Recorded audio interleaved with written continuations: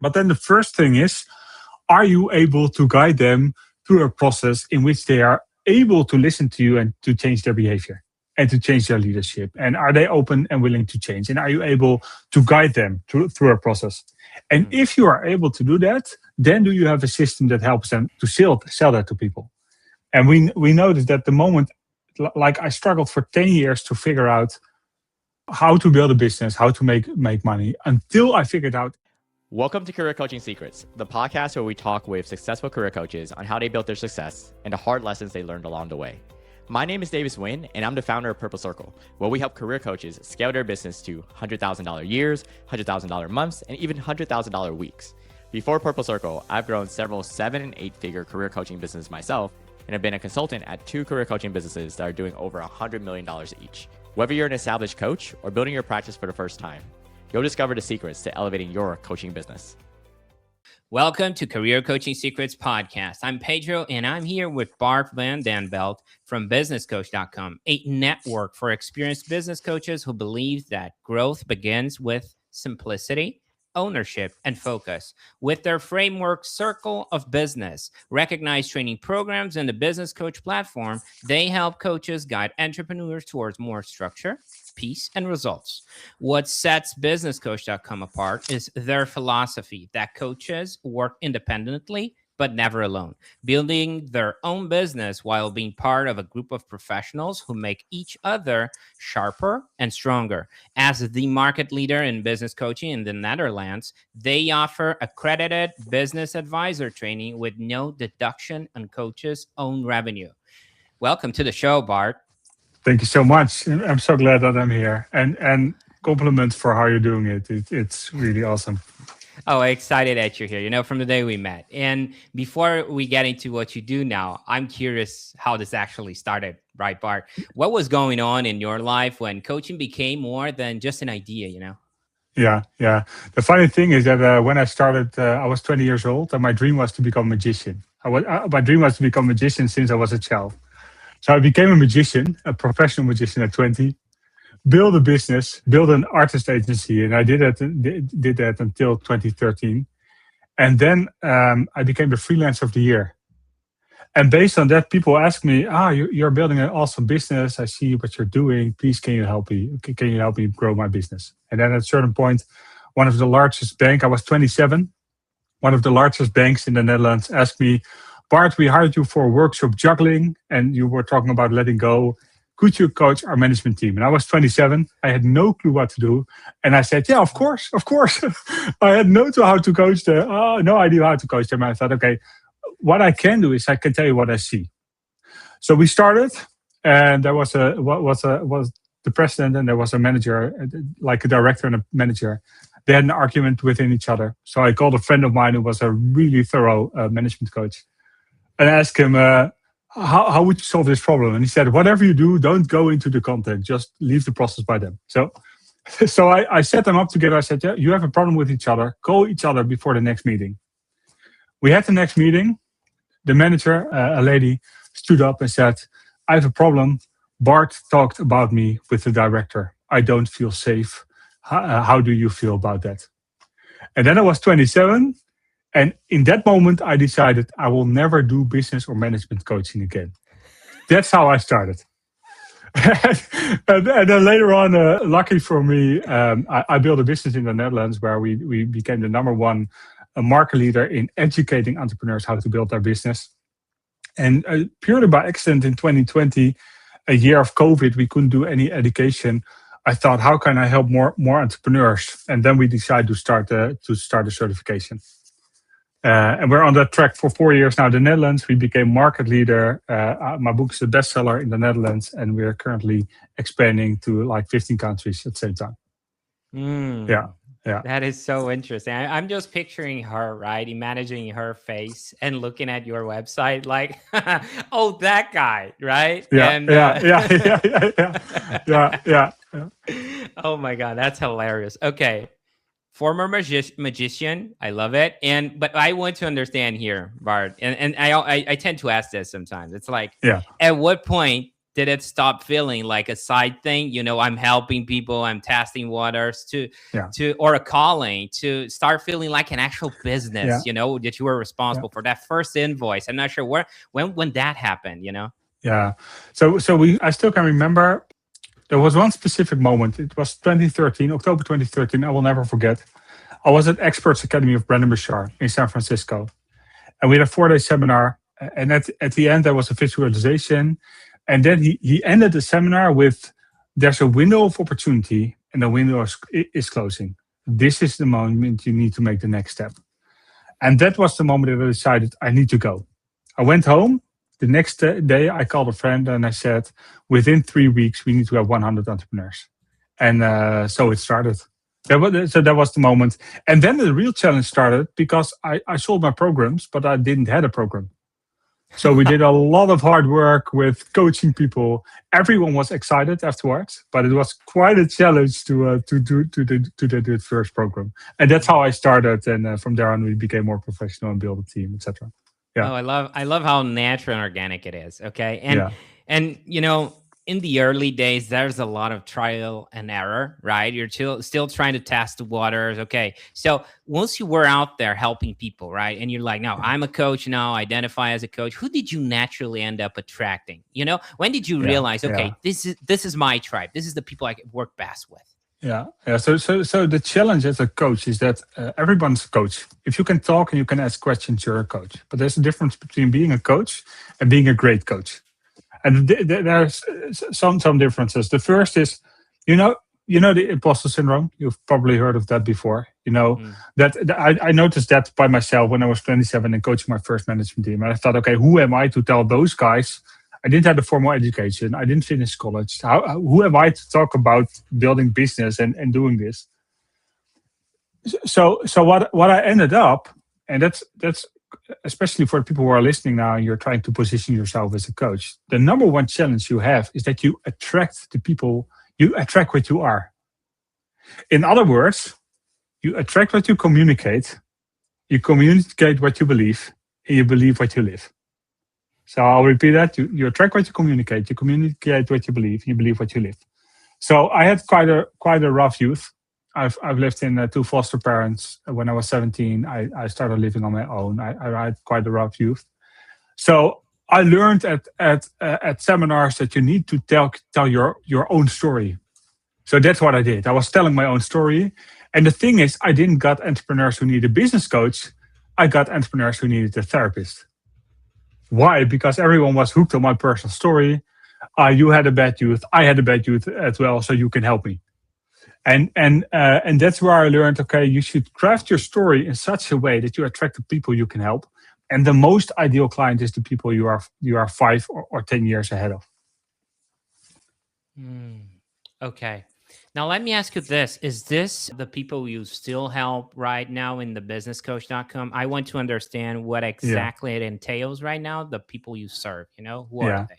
So there's 2 layers. So as a business and management coach, because I still do that, because I love to do that, I help top level leaders, CEOs, executives to increase their business performance. But also, there's a moment as a business owner that you need to step up. That you need to become a business leader instead of a hardworking entrepreneur. And those are the people I help. There are a lot of hardworking entrepreneurs who never became a business leader. And we help them to become a business leader. And at the same time, we help business leaders to get some balance between the numbers and the people. So there's a difference between people and profit. And a lot of people say profit first. And I love, by the way, the model from Mike Michalowicz. But we really believe people first, because people are always before the performance. Yeah, so we help people to perform better. And then from businesscoach.com perspective, there's so many coaches who are awesome at coaching and they have no clue how to sell it. So we help them to sell their business, to make them the best coaches in the industry.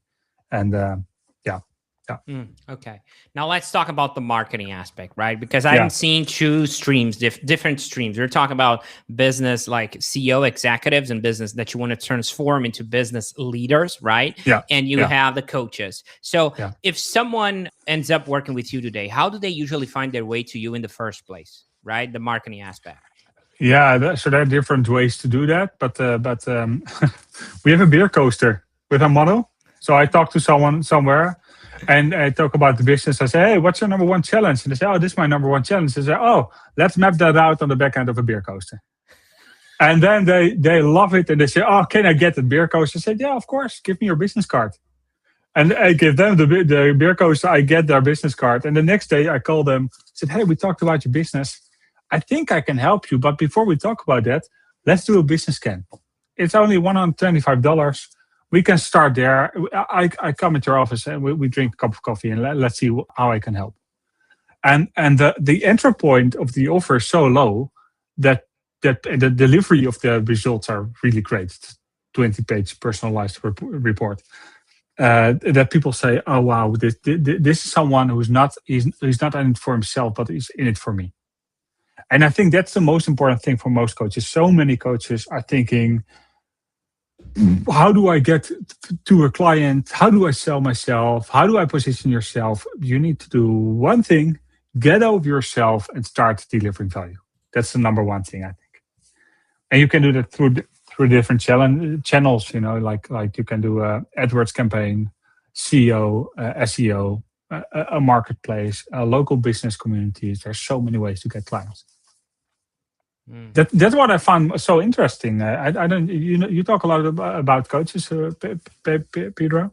What I found interesting is there are so many great coaches. Why don't they get their calendars filled? What's your take on that? My take, I would say coaches, most of them are very good at what they do. And sometimes they have a misconception of what selling is. I was a high ticket sales closer for a landscape business coach. And my take was always to serve instead of closing people. So whenever I was in a call, I was trying to serve them, even if it's not with me, it's a referral or a resource that I can help them with. So the misconception from most coaches I talk to is that they have that idea of what selling is, which is salesy, which is pushy. And then they stress about it because at the end of the day, they have a misconception. They don't understand what serving really is and how bad of a name the word selling got in the market, right? So I think it's just about the framing. That's the first. And second, it's true as well. At the end of the day, there are business owners, right? And they need to accept that they're not just a coach who coaches. They need the business development side, the marketing hat, sometimes the selling aspect, and all of that entails in a business owner. So I think they need to accept that if they want to really have a practice. It's like, it's not just about coaching, right? Would you agree with that? Exactly. Yeah. And the thing is that most coaches who are really great at what they do, they want to make a difference for people. They want to make an impact on the business or the employees or the business owner and their family. I think that drives us all. But the thing is, you can be as good as you want. If you can't sell it, you don't make any impact. You need to be able to sell it. We're currently translating the Circle of Business book to English, but I'm also translating my Dutch book. It's called Value Driven Selling. Value-driven selling. That's I've written 7 books there, and the value-driven selling. I say never be closing. So everyone who is training in selling, they say always be closing. I say never be closing. Start adding value. The closing will take care of itself. Yes, 100%, 100%. It's like I always compare the analogy to dating, right? If you're going outside to find your spouse, it's one thing. You're going with a mentality that it's kind of biased. But if you're going out there in the dating scenario to meet friends or meet someone cool, it's different. You're not stressed, right? You're just like, it will naturally happen through a conversation because you're there to meet someone and it's cool and it clicks. Now, I mean, that's just at my the take, same right? time, that is true. Like in your intention and mindset, that's true. At the same time, you do need a methodology. You do need a process, because the process, the mentality of adding value is one thing, but the process of actually selling is the other thing. So you need some interventions or some steps before they take the leap to work with you. So what we did is we did a growth phase test. That means that we give them for free a small test. It's like a lead generator, but once they fill that in, they have exactly where they stand in the business, completely personal for them. And that becomes then a prospect becomes a marketing qualified lead. And then the thing is, how do I sell? And then you call the prospect and say, do you recognize it? Please do a business scan. It costs you $100. And then they become a sales qualified lead. So there are 2 steps to add value. And based on that, you're never selling. You're just thinking, how can I create an advancement to the next phase? Absolutely. I think that's crucial. You need to have a process. I mean, at the end of the day, yes, you need that. What I'm trying to say is, I'll give you an example. Objections, right? That's a hot topic on sales. Yeah. And I think 95% of objections can be killed with a good demo and listening to people. And if you have like 10 to 12 objections, you're always trying to find a new tactic. Take a look at your presentation. Take a look if you're actually hearing people during the conversation, right? Because they will sometimes find answers for themselves during the call. They will like, oh yeah, but I could do this, I could sell this, I could find this resource, and then we can make it happen. And you're like just listening to them and giving them space. 100%. Selling is guiding their thinking process. And the level of commitment they start with is also depending on your marketing. Because if your marketing sucks, they don't trust you in helping them along the way. So your marketing is like the foundation before the selling. And if the marketing is right, then the next step is just how can I add value? Because the marketing did the selling for me already. They trust me. And what I also believe, I have this a bit from Myron Golden. Myron Golden is great. If you don't know him, figure him out on YouTube. If you are a car salesman, okay, fine. I really don't believe in hard selling. It's from the 80s. I don't believe hard selling works. Because if you need to do a hard close, you don't have the right client. That's what I believe. And what Myron Golden said is something like that. I'm not sure if I quote him right. He says, the moment I stopped chasing people that didn't need my service and I only sold to the people who are looking for my service, that was the moment everything changed. And that's the thing. If your positioning and your target audience and your message is right, then you automatically attract the people who are a best fit for you. And once you call them and you add value, the rest is easy. Yeah. Oh, that is so true. And I have a personal experience with that specifically. Like when I told you I was a high ticket sales closer for a landscape business coach, I was like, sometimes in sales calls, and I'm not going to talk bad about our marketing positioning, but I'm just going to explain to you what like it felt like being a closer. I'm going to call it closer. That's the name, but I hate it. Yeah. It was like part of the process was like sort of an awakening. They didn't understand what coaching was. So that was so hard, and the messaging was not very clear. So they were like blue collar people that had no experience with coaching. And I was like trying to make them understand we're not going to light up some candles and dance the kumbaya.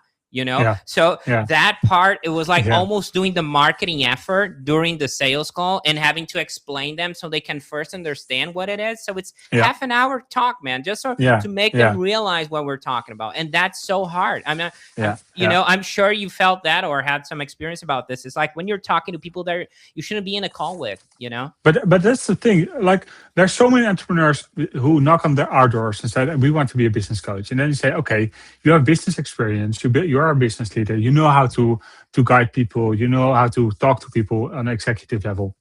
But then the first thing is, are you able to guide them through a process in which they are able to listen to you and to change their behavior and to change their leadership? And are they open and willing to change? And are you able to guide them through a process?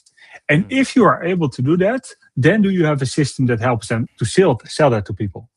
And we noticed that the moment, like I struggled for 10 years to figure out how to build a business, how to make money, until I figured out everything is a process. If you figure out the pattern, you can build a system that delivers. And that's what we did for executive coaches and entrepreneurs, and for business coaches. We built a system that delivers for them. But the thing is, the mindset and that's what we learned all. We need to do a hard close. We need to, if they have an objection, we need to overcome the objection. I only use one method to overcome an objection. One method, and it works always for me. Do you want to know what it is? Of course. I'm waiting. So any objections, I always say, okay, what if this wasn't an objection? Would you do it then? And if they say, no, I wouldn't do it, then say, oh, well, what other objections are there, to isolate the objection? If they say, yeah, I would do it, then, okay, let's figure out how to solve the objection. Same stuff I did, man. I was like, and one of those were money, right? And I was like, I would say exactly like this. If money was not an issue, would you see, will you be able to see yourself doing something like this? Yeah. Yes. Yeah. Yes. Okay. Let's work something out. Let's see what we can do. Let's sit down, have a conversation. No. Okay. He didn't saw value. No worries, he or she. No worries. And there is almost never, I learned it from Alex Ramosi. There's almost never a real objection. There's always not a trust that we can deliver the value. So I pay $20,000 for coaching. Am I sure that I get the value that I need? That's the reason why people don't buy. And that's what we try to figure out for the coaching, that what we have figured out how to come through that challenge. Yeah. Now that's something interesting that I need to jump on that boat too. It's like I see a lot of coaches and they are high ticket, right? Sometimes, but they themselves don't buy high ticket offers. So they don't know exactly the feeling of dropping 5K, 8K. And I feel that that's an experience every coach needs to go through. It's like put yourself in their shoes of what it feels like to invest in someone, because you're investing in a person, in a business, like in a high ticket that he's promising to deliver you. Because and the second point, it's like, for you to know what a good program is, you gotta know some bad programs, right? You gotta know what good looks like, and know what bad looks like. That's funny. Yeah. Right? There are two main objections that high ticket coaches have. We figured out there are only two. The first one is, I had a bad experience, so I don't trust other coaches anymore. Because why? Because they didn't have the system and their program sucked. That happens a lot. Exactly. And then the second one is, I don't have the money, but they don't say I don't have the money. What they do, that's not what they mean. That's what they say. What they mean is that I don't trust that this will solve my problem or give me a revenue, a return on investment. That's what they actually say. So, I'm totally with you on it. Yeah. And that's what I say. Like in the Netherlands, we are a market leader on business coaching, and we have a lot of business coaches who we trained. And I talked about it yesterday. I was training a group of coaches yesterday. And that's what I'm telling to people. Like, we're expanding to the US now and to other countries, but especially to the US. People can become a business coach. They pay $10K a year. And the moment I say, what do you think about it? They feel, oh, it's a lot of money, etc., etc. I think, okay, let's be clear. The feeling you are experiencing right now is exactly what every other client will have with you. Please note what you're going through. What's your thinking process? What's your hurdle? And I'm totally right. Everyone should, especially if you're a coach and you want to build a business, you should pay a fair amount of money to a program. Either if it's the Purple Circle community, I think that's your program, businesscoach.com, whatever, Grant Cardone, call it. But you need to go through that process for yourself. Yeah, it's that piece of connection, right? When you mentioned that you created, you had a rough youth, foster parents, and you told me that you started creating connection by explaining your background, and people connected with that. It's the same stuff, right? It's like you've been there. You invested in a high ticket sales offer. You know how that feels. The buyer's remorse, it's scary, So if you've been through that, it's easier to connect with someone during a call. You're like, yeah, man, I feel what you're telling me. I was in the same place, right? Yeah, but then there's the other part of it. So one thing we firmly believe in is that everyone who becomes a client needs to experience the results of that within 30 days. Mm-hmm. So that's one thing we do for our coaches. The moment they say yes and they pay 10K, to us, or 20K or 30K to become a member of businesscoach.com, the first thing we need to do, and we have a guarantee on that, within 90 days you land your first client. and you get back the money. Because if you don't do that, and that's what's happening a lot in this industry, especially in the coaching industry, especially in the high ticket closing industry. Interesting. The moment they close the deal, they think, okay, we press a button, the automation starts, and we don't have to do anything more. But coaching is always about people. If you focus on the people, the retention of the people, the excitement of the people you serve, that will make sure that they refer other clients to you. Like, for instance, in the Netherlands, it took us 4 years. We're based in the Netherlands for 5 years now. It took us 4 years what we've done in the last year. In the last year, we had the same result as in the 4 years before. Why? Because in last year, everyone says you need to come here because they deliver. And that's so important. You can do a high ticket close. You should do that. You should go through the process, but then you need to deliver. Mm-hmm. Absolutely. Now, and that, how do you see that in the coaching market? Because there are so many people who are really good in selling. They follow the marketing courses, they follow the training courses, and then they do not deliver. I feel so frustrated about that. How do you see that? Oh, absolutely. We talk in Purple Circle about the diagram, right? So the outcome delivery is like, if you have leads and you have consistent leads and consistent sales, but you have no outcome delivery, it basically, and no what we call results, right? Consistent results for your clients. You have a scam, right? And you have a scam. Because if I love it.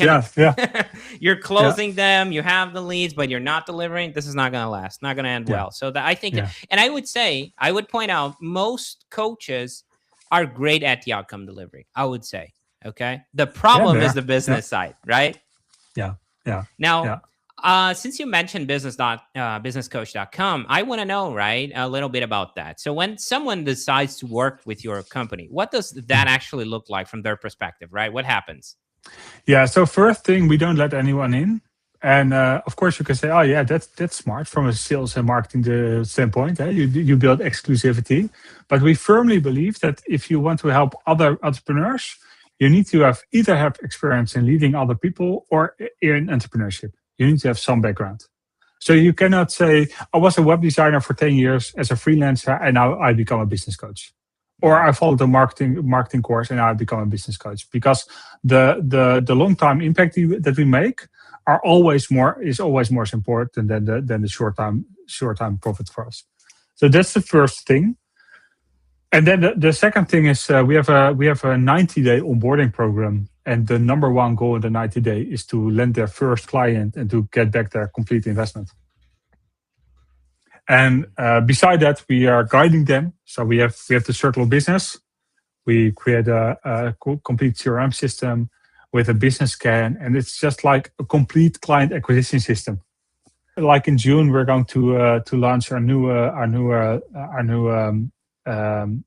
software, and then you just got a feed. You just see in your dashboard what you need to do to build your business, like completely predictable. We're the only one in the space that are doing that at the moment. Okay. Yeah. Now, looking forward a bit, what's the direction you're aiming the business towards? Are you thinking more about growth, leverage, building even a bigger team, or refining what already works? What feels most exciting right now, Bart? Yeah, we are in the next 10 years, we want to become the market leader in business coaching.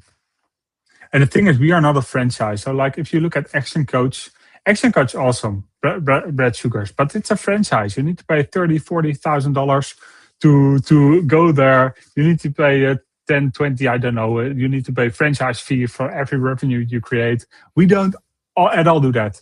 You pay an amount, and the moment you don't want to work with us anymore, you can stop every month. Because we feel it's a good incentive that if we don't deliver to our customers, the customer can stop. And what that happened, I learned that's quite renewing in this space internationally. But we really feel that we need to deliver value because we help other people to add value as well. I'm a John Maxwell leadership coach, by the way. I love the work of John Maxwell because it's totally value driven. And what John Maxwell is always saying, and Mark Cole, we add value to people who add value.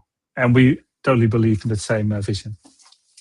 So you create that ripple effect, right? Instead of Yeah, getting a contract towards a franchising model, you're like, yeah, I'm going to enable you to build your own practice so you can yeah, get that impact for others. But at the same time, I'm getting from your own business. But without that, that contract, binding contract that needs to happen X, Y, and Z sort of way. So it's a different yeah. relationship, something like that. And there's a really strong network. We have a community of people. We don't think, oh, if I get the business, you don't. It's just, how can I help you? How can we create a community that serves each other to deliver value to entrepreneurs, and we all make money? Like in the Netherlands, it's so important to make revenue. Everyone loves it if you make 250K a year with 4 days of work or 3 days of work. We love that, but we are doing that together. That's so different than if you get a client, I don't. It's just a different way we work. Yeah. Now I'm curious, you're in a different space, right? That I usually talk to with people in the Netherlands. I didn't have a lot of coaches in our show here. So I want to take your perspective. And how do you see the Netherlands towards the coaching space? Do you see like it's pretty well Yeah. established, or there is still room for growth there? It's pretty well established. Like we have, to be honest, our target market in the Netherlands is our complete target market is as big as LA. So it's quite small. We have 17 million people, people living here. Like 10 million people are working here. So we have a really small country. But it was a great place to start. It was a great place to learn a lot about what the challenges are of coaches. And we were able to, and I'm so thankful to Gary Hansen. He was the founder of businesscoach.com. He had a domain name for 20 years, and he was so gracefully to let us acquire the domain name. And that is because, sorry if I interrupt someone with my faith, but I firmly believe that this is what I need to do in this world. I believe that God has put it on my path to make a transformation in this world, because the industry is like so based on how can we make as much money as possible, while money is always the result of delivering value. You know what? I don't think you need to apologize for your faith. I think at the end of the day, we're talking about Bart, and it's just that you telling your own story. Yeah, that's it. Yeah. I encourage that. Even that's something that worked for you. Doesn't mean it have to work for everyone, but it worked for you. And we're talking about you and your business today, right? So, I'm curious because even when things are going well, right, there's always something under construction. Right. So what's the main thing you're actively working on or trying to improve in the business right now? Yeah. So the first challenge we have is we want to have our first 25 international coaches. That's our number one challenge now, because we have validated our business model, our growth model. The book is translated, almost finished, and ready to be published in the US. We have several publishers who are interested. This is my dummy book, so this looks great, but in the end, there's nothing in it over here. For the people who listen, this is the book. What we're currently doing is we are landing our first 25 coaches. So how can we get 25 coaches who can experience what people are experiencing in the Netherlands? They just pay a small amount of money to get started, but we need to get some traction in the US. That's what we're working on together. And the only way to do that is to help coaches deliver results and to get results by themselves as well. Okay, Bart. And before we close this out, right, if someone resonated with what you shared and wants to follow your work, right, where should they go? Yeah, they go to www.businesscoach.com. Okay. There were a few moments from this chat today that really stood out to me. I would say the first thing is the trickster, right? The magician. I love that. That is so cool, and the way you were naturally, I would call it even invited to the coaching space. It's like, hey man, why don't you do that, right? You're good at connecting with people and all of that.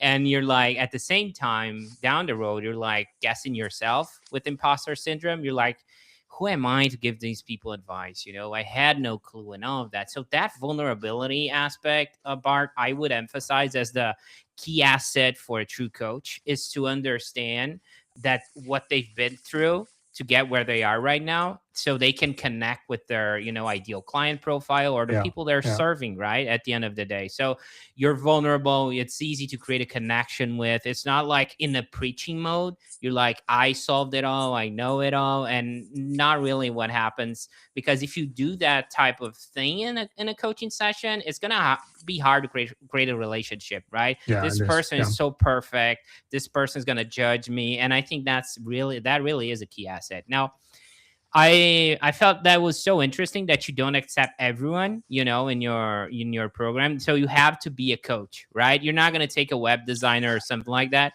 Or an executive director or a former entrepreneur who was successful, but you need to have some track record in business wise. Yeah, I love that, because that states it talks about integrity at the end of the day and alignment, right? It's not like I'm going to take everyone to do this path. Like, it had to make sense for both parts. So and also if you want to build a community, you need to have people who you can relate to it, that's so important. Yeah, because sometimes I see a lot of coaches and they're in the scarcity mindset, right? And they're just trying to land a client, and sometimes they are taking people that actually shouldn't be their clients in the first place because there's no alignment. But they feel it the moment they sign a client. They think, okay, I have the money and I have a problem. That's what happens. Exactly. And down the road, it will bite their ass, right? Now, this is my long way of saying that I really appreciate you taking the time, okay, and being open with this, Bart. It was great having you on, okay? Thank you. It's such an honor. To be honest, Pedro, you are my first international podcast. And I'm so honored that, like, a guy from the Netherlands who just built this up based on 20-year entrepreneurship is able to do this in a podcast. I'm so honored. So thank you so much, and for your colleagues. Yeah, great having you. That's it for this episode of Career Coaching Secrets. If you enjoyed this conversation, you can subscribe on YouTube, Spotify, Apple Podcasts, or wherever you're listening to this episode to catch future episodes. This podcast was brought to you by Purple Circle, where we help career coaches scale their business to $100,000 years, $100,000 months, or even $100,000 weeks, all without burning out and making sure that you're making the impact and having the life that you want. To learn more about our community and how we can help you, visit joinpurplecircle.com.